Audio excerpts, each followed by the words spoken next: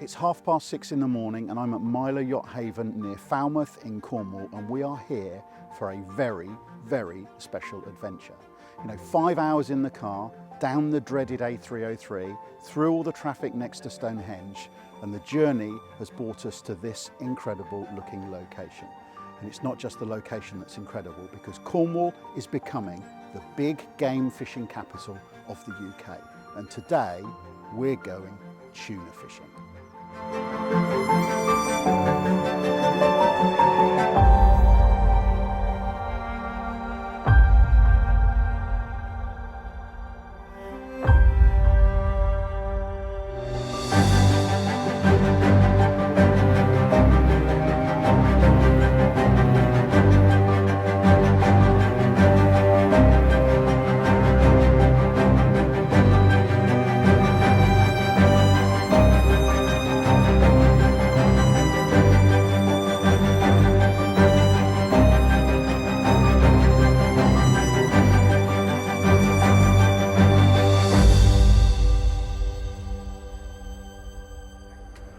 So I'm not absolutely certain what's happening here, but Mark's putting me in this harness, the fighting harness, because if we hook one of these things, we're doing stand up, so basically not in a chair, and this is where the butt of the rod goes in there. I've never done anything like this before. Yes, it's kind of a bit of a reality check about the size of the creature that you're going to be fighting with if we hook up one of these amazing tuna. But that plate goes on, and then essentially we have these little metal clips which attach to the reel. There's two little lugs on the reel that they clip into, and then basically I think all hell breaks loose. It's been quite an exciting morning already, because first thing, just popping out of the harbour, we've come out. I mean, we're still in sight of the lighthouse and everything. We've got some of the tuna gear already off the back of the boat. We've already seen a big pod of birds working, and most exciting of all, loads and loads of dolphins. I mean, it's just the most amazing thing to see, just, a mile off the coast of Falmouth. Extraordinary stuff, really. So one Mark's just sorting this harness out. Steve's up top, peering through his binoculars, trying to see any more pods of birds working, because that's what can lead you in to finding where these tuna are. I mean, this is so exciting. I'm actually shaking. Right, we're harnessed up, clipping the lugs in, and this is a stand-up tuna rig. So Mark's being the tuna. So tighten up. So the routine with this is to bend your knees, hold the fish, and then, oh, good Lord.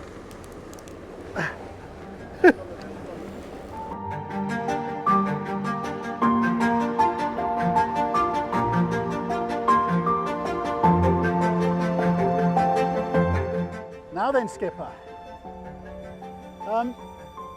you've brought us out from Myler. We've seen lots of interesting stuff already. We've seen birds diving, we've seen dolphins, but we're out here to do something very special, which I know from speaking to you before has kind of got you going a little bit, Steve. This tuna fishing lark is something a little bit special, isn't it? Yeah, it's unbelievably special, and to be doing it in UK waters, well, I wouldn't have expected it 4 years ago. Myself and many of my anglers, we've sort of travelled around doing fishing trips here, there and everywhere, and oh, that was a tuna bust. Do you see that? Oh, I did. Definite tuna. Okay, and that is the first tuna I've physically seen since we've been down this last week. So this is very exciting. It's mainly dolphins now. So presumably the dolphins are obviously here feeding on a pod of whatever they're feeding on. What are we thinking? Sardine? What are they eating? Well, it could be here, there and anything, but when we see little fish, it is little silver fish. I think the term would be micro bait, but they could be made up of any species, I guess. This is the like of which I've never seen before, Mr. Porter. I can't pretend that I'm not a little bit nervous about what's ahead of me because you know, this is quite extreme in terms of anything that we would see fishing in the UK. Why is this happening now? What's happened? Well, there's all sorts of theories. Ah, Some are blaming global warming, which is a theory I don't hold myself, because these fish were here 50 years ago, and there was a big bluefin tuna fishery here and in the North Sea, and so they're not new, but they've come back. Basically, these fish are after food, so it's probably the food that's come back. The sardines that we're hearing vast numbers years ago that I believe are outfished. Plus, there is a theory about the Gulf Stream fluctuates over a 40 to 50 year period, and that will alter our sea temperature slightly. So that's another theory why they're here. But the truth is we don't really know, which is why it's important to come out and catch these fish, put tags in them so we can build up a knowledge base. It's a slow process, but we're gradually learning about these fish. so you're part of the CHART program, which is the catch and release and tag tuna fish, bluefin tuna program. Last year you were one of the pioneers of this, and actually you had an extraordinary few months, didn't you? Yeah, last year we were one of 15 boats on this chart scheme, which is where charter skippers can come out with fair paying anglers and put very simple tags into the fish. This year we're 25 boats. But yeah, like you say, last year was a really bumpy year for us. We had come down the previous year and we'd caught 15 bluefin, which we thought was pretty exceptional. And last year we came down with a target to catch 20, and we caught 147. And what was really surprising, it just got better and better as we went through the year. And the season ended mid-November last year, and everywhere here was just full of bluefin. It was phenomenal. You know, me and my anglers have done 14 blue trips abroad. We've had wonderful experiences, wonderful times, seen some great things. But those 14 very expensive days only produced 3 fish. And when you think 147 last year over 54 trips, the catch ratio is far greater here. And the fish are big. Yeah, well, what we're seeing today is these flocks of birds in various places, and this is what we look for when we're tuna fishing. We've not seen this in the past week. The season started 6 days ago, and this is the most life I've seen. Well, Steve and Mark are downstairs just sorting out one or two bits and pieces with the gear. We've got an enormous pod of dolphins just coming around the boat, but most crucially, look at the number of birds in the distance. There is a huge flock there. That's hundreds of birds working. That's the most we've seen this morning. Surely they've got to be diving on an enormous ball of bait fish, which is what's going to draw these tuna in. Honestly, this is the most exciting thing I think I've ever done in angling. And we're within sight of the Cornish coast.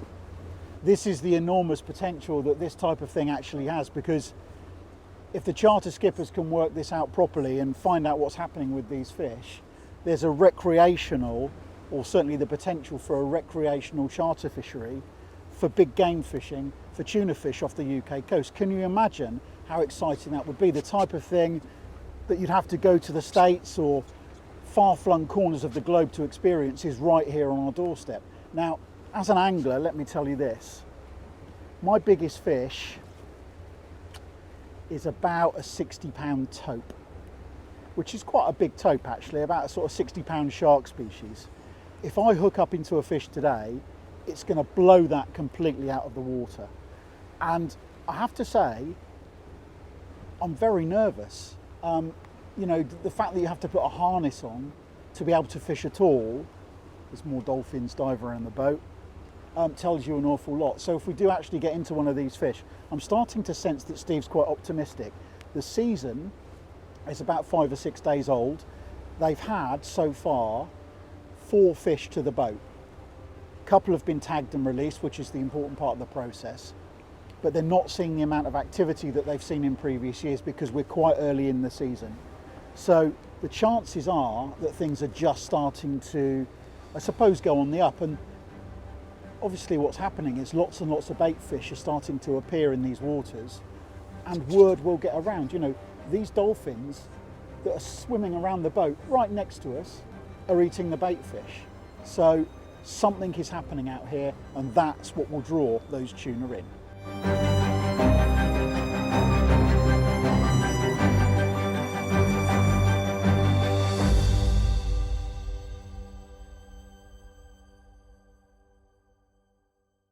We've had quite a bit of excitement already this morning, although that's nothing compared to what's going to happen if we actually hook a fish.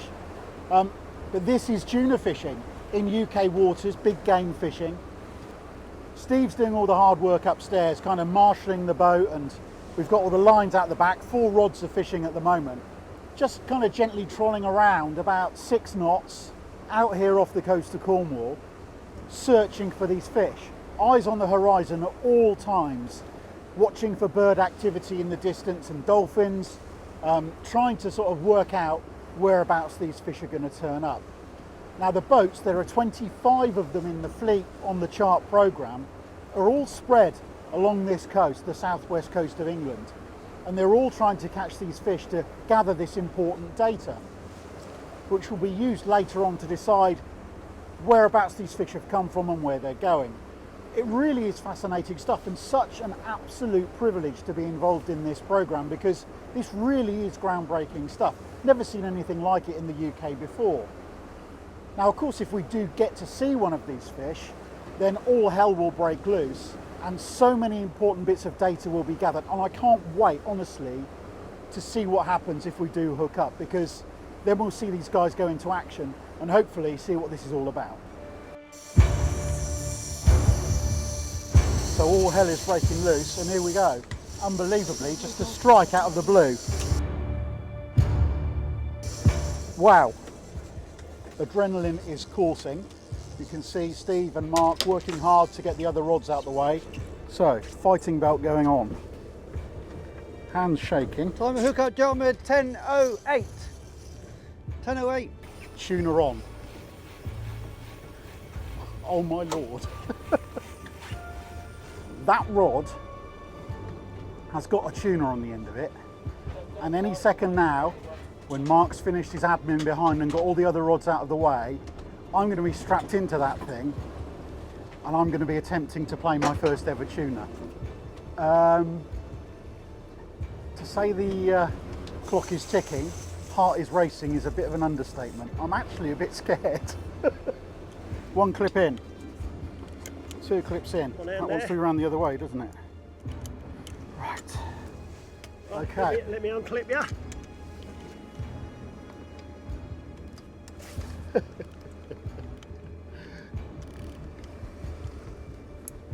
Right, we're in then. Right, Okay. it's yours. Right.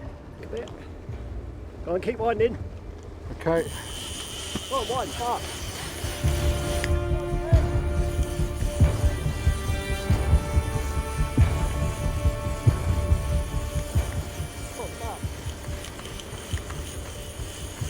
Is it still on? I don't know if that's still on or not. Well, keep winding anyway. You don't know.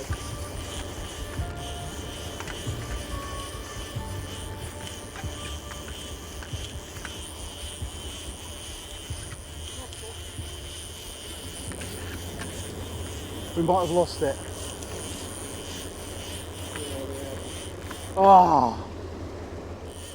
Gone? Yeah, keep winding. Hold on, hold on, hold on, hold on, hold on. No, she's still there. No, she's still there, she's still there. Whoa, whoa, whoa. Yeah, you just She's still... keep up with it. You've got to wind like mad. Don't mind when it's running. Let it Okay. run when it's running. Just let it go. Oh my goodness. Thought I'd lost it then. Let's just tighten this one. Thought up I'd a done little it wrong. bit. Lift the rod up. And I'll just tighten it a bit. That's better. Oh, so much power, this is insane. Wow, I'm kind of bracing myself against the side of the boat, which I'm not sure you're supposed to do, but wow. Right. Pump and wind then, Andy. Pump and wind then, Mark. Wind on the downstroke. Step back a bit. Whoa, whoa, whoa, whoa.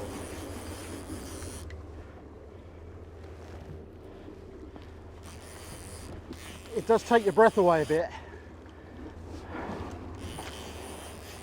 Just trying to pump and wind. Changing the leader, here's the leader. Right, so. Okay, so we've had a change in colour of the leader. 200 metres of this. 200 metres of... 100 metres of 200 pounds. So you've still got like 80 metres to go yet. Okay. Can I lean against the side again there? Not really. Oh, you're doing well like this, you're okay like this. I've got to be this side of you. Okay. All the time. Forward, Steve. Right, fish has gone under the boat. Follow me round, Andy. Keep on my shoulder, no, that side. That side? Okay. You've got it back now. Doesn't matter if you jam into me, it's fine. Just let her go now. Right, line is going.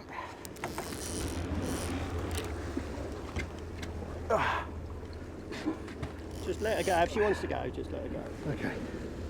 I think she wants to go. Yeah, we've got plenty of time. We're only into about 10 minutes.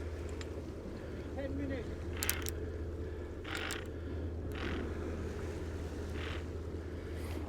See the importance of teamwork here. I couldn't do this on my own, I'll tell you that. Just tighten up a bit. Oh. Come fast. Wine.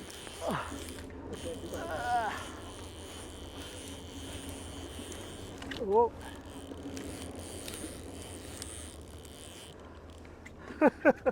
Crazy. I have no words. This is supposed to be fun. Lordy. Whoa.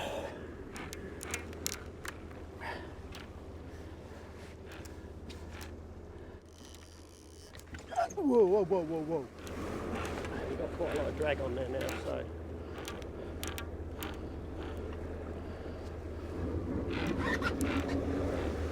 Just let it go. Just let it go, Mark says.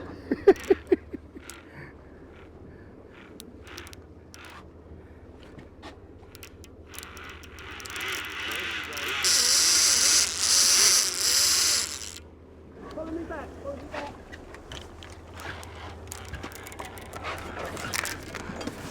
Jesus. Good Lord. That's alright. Just got to be ready for that. They always go that way, so you've got to be large me round. The other side of it. Right. Right, fast! Right. Get it back. Got it.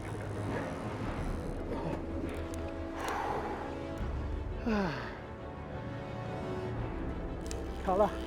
Right, I want you there. There's the spreader, there's the fish.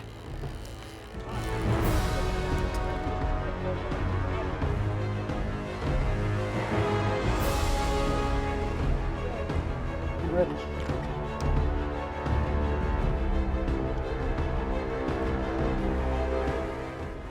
There it is. Oh my God, look at that. Oh my God. A bluefin tuna. Oh. A bluefin tuna. Oh my God. You want to walk back, Andy?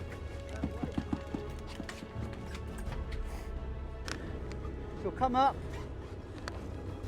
Wait for it to come up and just support it. Yeah, we got it, Steve.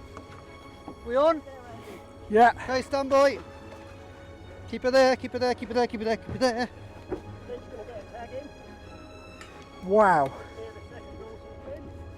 So this is the tagging process. Oh, just perfect almost. Get her back round, get her back round. Tag is in. Get the measure. Right, now, it's must be there. Hold on. Now.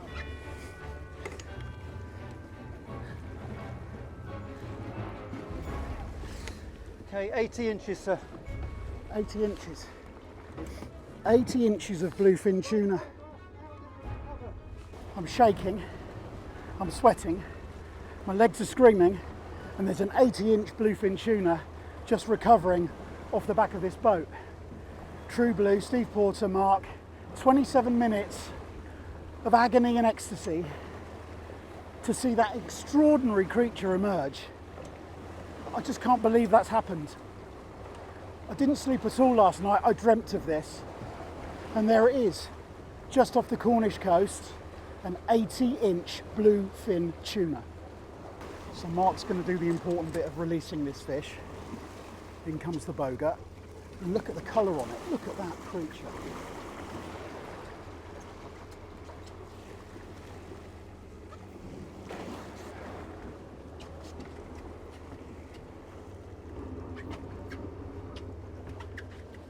Ready, Steve? Here we go. There she goes.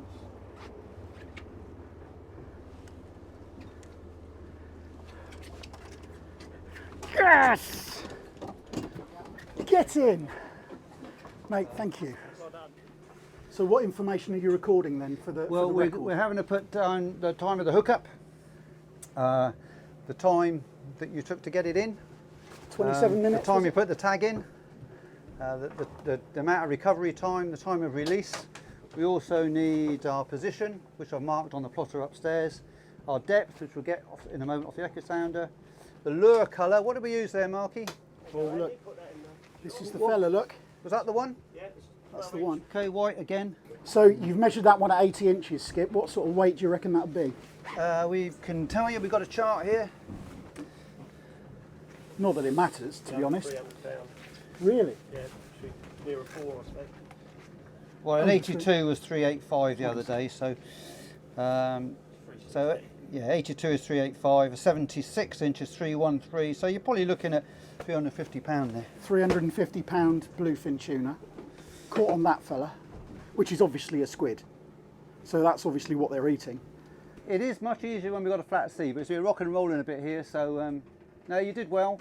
28 minutes is above our average fight time, but we'll put that down in the conditions. I don't care. You do a lot of coarse fishing, don't you? Yeah, that's the... Yeah. Do you notice any difference about this? No, it's just that it's like playing a gudgeon. This is a really. wild fish, isn't it? You can't buy these in a pet shop. That's the big difference. You can't buy that in a pet shop. No, you need a big pet shop. Yeah. Right, let's have a look at this Lost my position voice. then. Completely lost my voice. Amazing. So you're good to go again? No. Unlucky.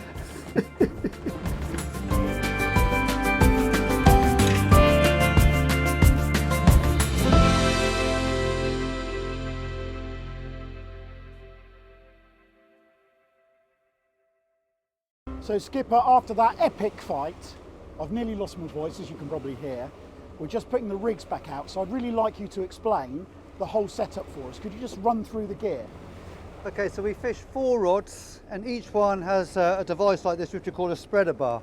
This is a small spreader bar. It's only 36 inch long. We can have them up to 48 inches. And from this, we attach squids. These are small squids, but we can have squids up to 18 inches of various colour. And the idea being is we pull this through the water. There are no hooks on this, and it looks like a shoal of squid going through the water on their merry way. Below that, we have what's called the stinger, and this is a completely different coloured squid, and in this occasion different size also, and this is the one that's got the hook. Now the theory is the tuna comes along, he sees a shoal of squid, he sees one lagging behind. It's a different colour, it's the stressed one, so the tuna will take this one first. So at the moment our spread, our 4 lures are widespread, but sometimes it's better to bring it all in close. But this is the method we usually start with, and if it works we don't change it. If we're dragging through a lot of fish during the day and we're not getting hookups, then we start to mix and match and change things about. But at the moment it's working. I don't know if this is good or bad news, but we're in again. This rod has just screamed off. All the other rods have been wound in, and Mark's just about to reattach me after. I mean, it's only probably half an hour since we had that last fish. 350 pounds, 80 inches, and this one has gone off. I think the mistake I made last time, I mean, we got the fish in, but one of the mistakes I made last time was trying to pull too hard.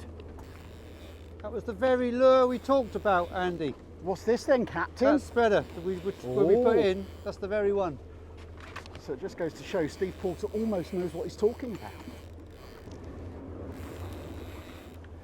Bit worried about this one. You are? Bit worried, he's high, isn't he? Let's hope he ain't tail wrapped. Very rare that we get tail wrapped one, but it does happen. It just feels a smaller fish. Probably only a couple of £100, just a little one. Whoop, whoop. It's taking line. Oh, oh. Oh, hello. Maybe not tail wrap then. No, he's definitely not tail wrap. Wide. Ah.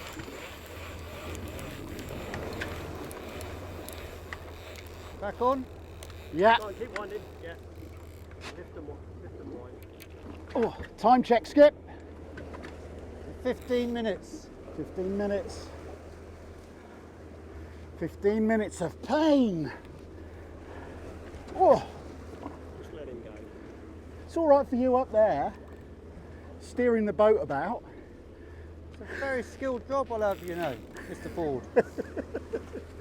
Got to try and keep that fish between the boat and the wind. Colour. Colour. There we go. There's our fish. Back a bit. There we go, Steve with the boga. Talk us through it, Skip. Well, we're trying to get the head of the fish out of the water here, presenting the mouth to the boga, and we hope the boga goes in easily. That's got to be there. Right, got to be there. Right, coming forward, sir. Hat in the water. Never mind. Mind, it's a feisty old fish, this one. Well done, sir. Right, you take the boga, I'll go forward. He's going to be on the tail lift. You got it? Yeah. Going forward, tail lift, Andy, please. Wow, look at the colours on that thing. My second bluefin tuna on True Blue. Well, that's a 70-inch fish, so that's going to be pushing 300 again, isn't it? Yeah.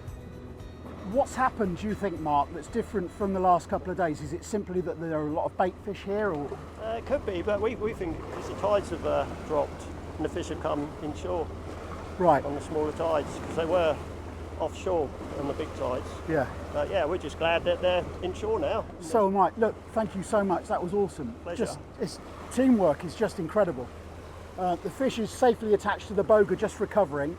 So we're going to go through that 5-minute period, or more if it needs it, to make sure that fish is fully recovered. Steve got the tag into it, so that's 2 tuna hooked, brought to the boat, tagged, and in a second released. I mean, that's what this is all about, isn't it? Getting these tuna Absolutely, back in the yeah, water yeah.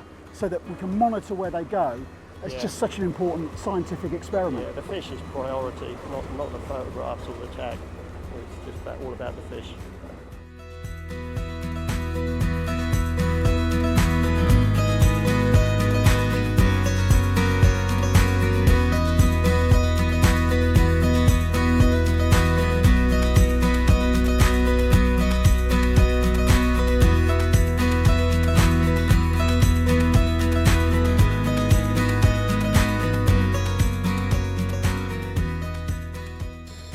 That was that fish, wasn't it? That's amazing.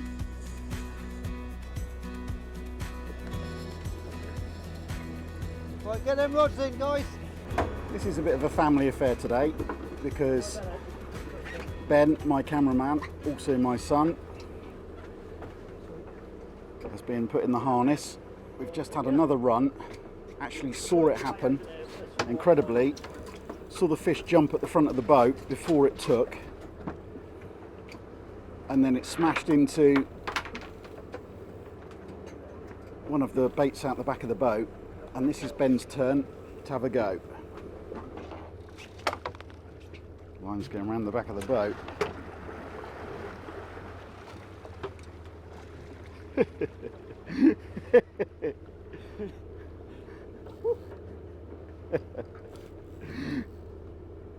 See what I mean about earlier on? It's quite hard, isn't it? It's quite hard, yeah.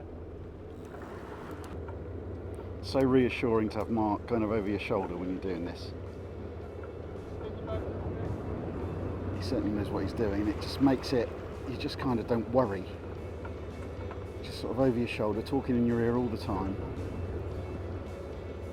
Just the odd sort of little reassuring touch of shoulder or, you know, hand on the rod or something like that, just to make sure you know what you're doing. Makes such a difference because this is just so extreme. Now, the lure of these things when we go out and film these fantastic features for you is that Ben says, can I have a go? And normally he catches the biggest fish of the day. So I'm almost certain that this will be exactly that scenario. So there's Ben's fish. Big fish, oh my lord.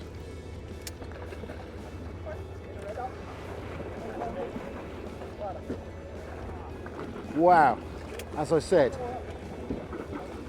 the boy shoots, he scores.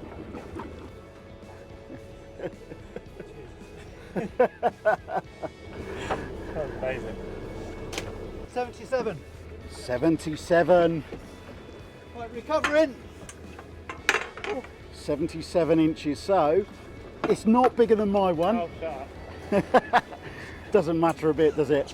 80, 70, 77, 3 amazing tuna. Just incredible. Look at that creature. What a privilege.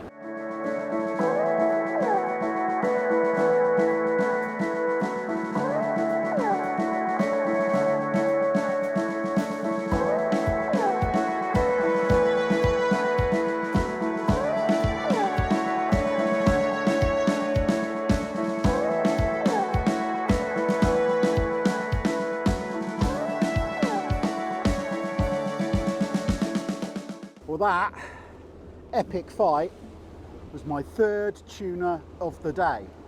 Ben's also had a tuna. We've had 4 fish to the boat and an incredible day's fishing. That one's just recovering off the back. This day on True Blue has been utterly stunning. I cannot believe what I've seen. I've learned stuff every time I've played a fish. This is incredible. Every part of my body is aching, from my head actually down to my toes. Tuna fishing on True Blue. Unbelievable.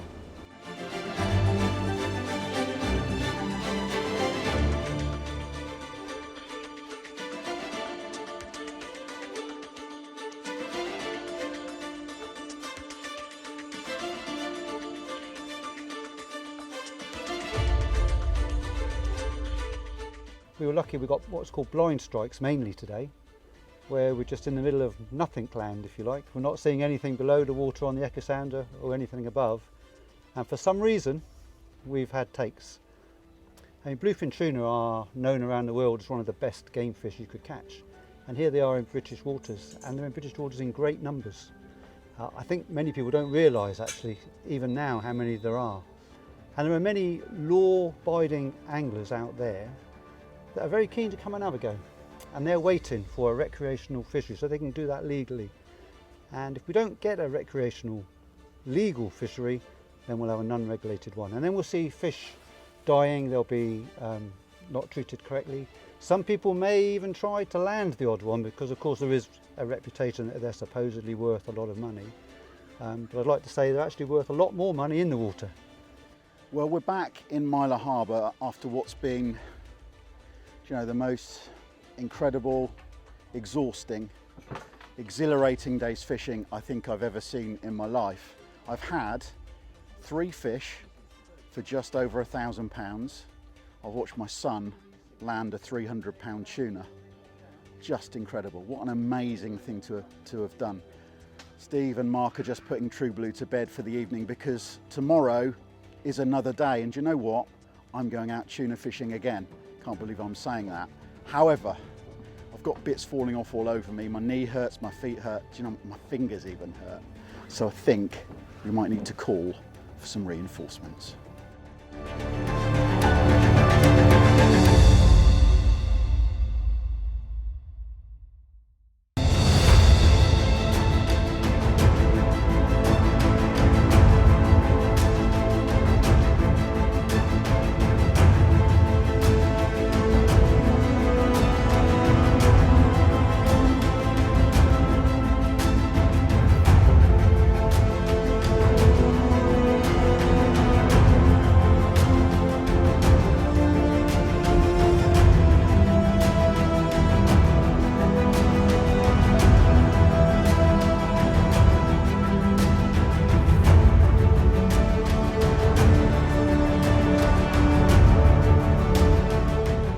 Well then, reinforcements have indeed arrived. Mr. Hughes, how are we this morning? I've been training.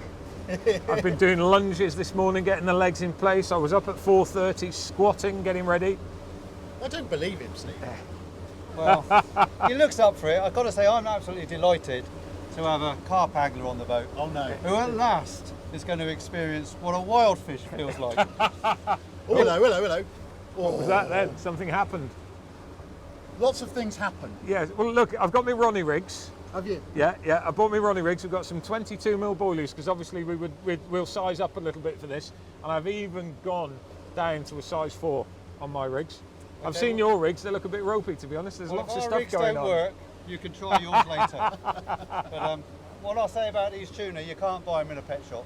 Unlike carp, so there we go. We're in for a fun day. We've got better weather than yesterday. A few showers going through now. Sea's flatter. Bit of bird life up ahead, so we just keep our fingers crossed. Awesome. What do you reckon the chances are? Obviously, you know, it must have been a ridiculously easy day yesterday. Here we It go. must have been ridiculously easy. I mean, every now and again, a blind squirrel catches a nut. Oh yes. Doesn't it? Easy. It's the skill of this excellent crewman here and the captain of this fine vessel. Well, That was a fish 100%. yesterday. Well, what are our chances? Well, this is our 6th day of the season. Yep. Early in the season, the fish haven't really arrived, so you know we're up against it. But out of the 6 days, we've caught on 3. Yeah, that's pretty So, cool. That's pretty cool. So is it 50% chance at the moment? But the odds are improving all the time because Yeah. we've seen already today a lot of life out here. We haven't seen the tuna yet, but we're seeing loads of birds, loads of dolphins, bait fishes arriving. So the odds of catching, I think, are in our favour. Fantastic. Already, people, already, excitement and adrenaline levels are through the roof. And we've only been steaming out, what, half an hour so far? Rods are just going we've in had the the gear water. in the water 10 minutes because Yeah. we saw a few birds back there, and we've got a few more birds ahead. So we'll see what the day brings. Already been worth it. Try it out. This is going to be an epic day. If we don't catch a fish, it's going to be a lovely boat ride.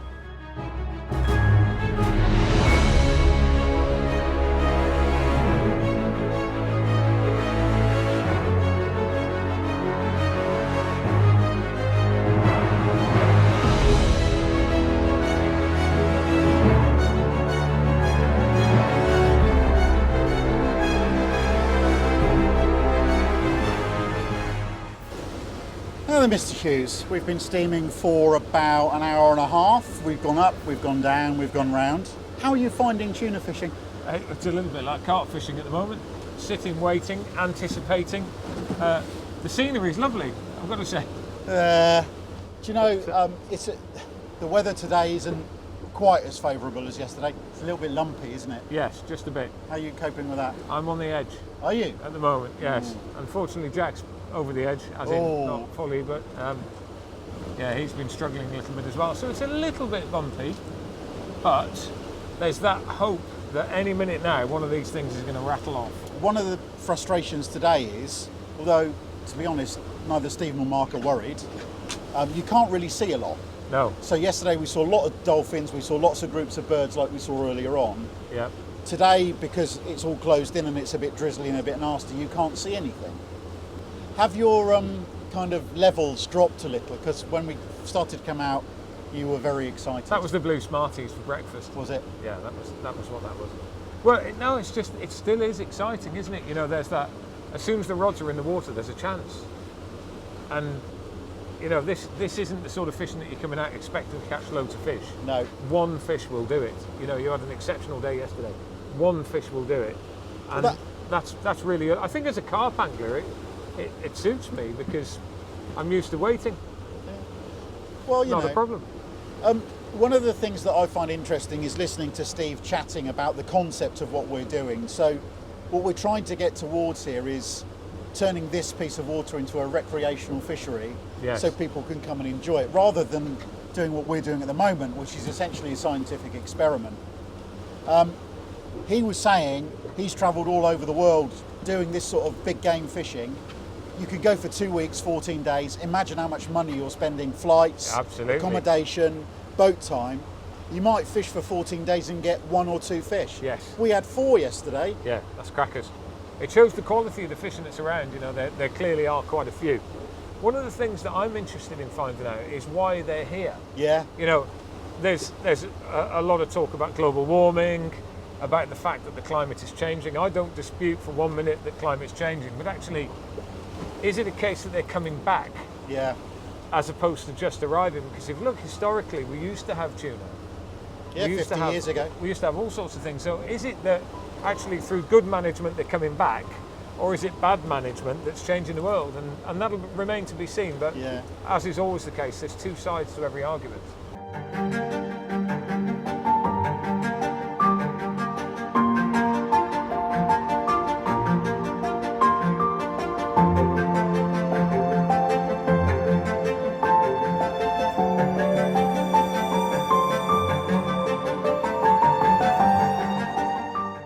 Well, we've had a lumpy couple of hours, Mr. Hughes. How are we holding up? Yeah, we're holding up all right now. Like this seasickness lark, it's not very nice, is it? No. We've got a man down inside who's been feeling a little bit rough all the way through. And I managed to tough it out for a while when suddenly seasickness just came in and then it went. Oh, what we got? We got a fish. Fish on. Oh, we've got a fish on. Oh. No, we just seen a fish. Just seen fish striking on the back What of was the... that? Well, this just goes to show what this is. This tuna fishing lark is actually... It's carp fishing. It's It's not... mobile carp fishing. It is, because you get hours and hours of inactivity. Yeah. There's a lot less camping here, Yes. I find. But then suddenly, from nothing happening, everything happens. I'm starting to feel quite optimistic because there's a lot of activity. We've seen birds, we've seen dolphins working again, we've seen those little black shearwaters whizzing about. The level of activity with Mark and Steve has also gone up. Yeah.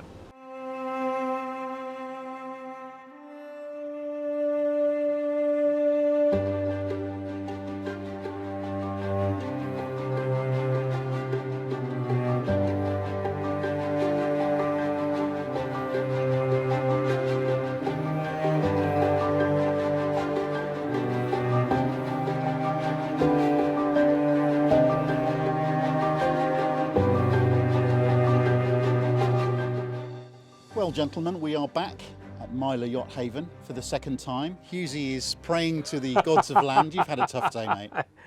Both Jack and I have had what can be described as a turbulent day. It's always a pleasure to feed the fish, not necessarily with breakfast, but I'm afraid, folks, that has happened on more than one occasion. However, we've tried. We have tried. Steve, what's your kind of summary of, I suppose, today? I know we'll talk about yesterday in a second, but what's gone on today? What's your feeling? Well, we were just unlucky, really. We were in the same area. The conditions started off really good as we were leaving here, but deteriorated rapidly. We just didn't have the luck that we had yesterday. I think it's down to superior angling quality the first day, personally. By you yesterday and not you today, then. Well, it could be down to the angler, but in this case it probably isn't. But I was desperate to get Rob amongst a fish, a wild fish. Would you come back, Hughesy? I would come back, actually, yes. Yeah, I would love to come back again. The excitement level this morning, pre-seasickness, was absolutely fantastic. You know, it's one of those things, the reward, I think, does really justify the effort. Anyway, talking about yesterday, because let's not forget, we have had, in what essentially is a 2-day session, to use carping terminology, 4 fish, which I've got to say, utterly blew me away. I've never experienced anything like that. I've caught 3 fish, my son's caught 1. I'm desperate that you should have had one today, Hughesy, and I'm really sorry that hasn't happened. It's all your fault. But it does kind of light the fire, doesn't it? Oh, 100%. Yeah, 100%. I will be back. And this game fishing, as I've told you, we've done quite a few days abroad for very few fish. And what we get here is well above the average than what we've caught abroad. But when you come game fishing and you catch 1, you know, as an average of 1, that's a good day. Yes. Our average last year was just under 3 a day, and that's excellent. But we're still going to have the odd fishless day. Yeah, And today we had it. Yeah, there we go. There will be Tuna Part 2 without any shadow of doubt. But before we head to that in the future, let's just cast our minds back to yesterday and exactly what's happened on this wonderful trip. He's doing, oh my God, look at that!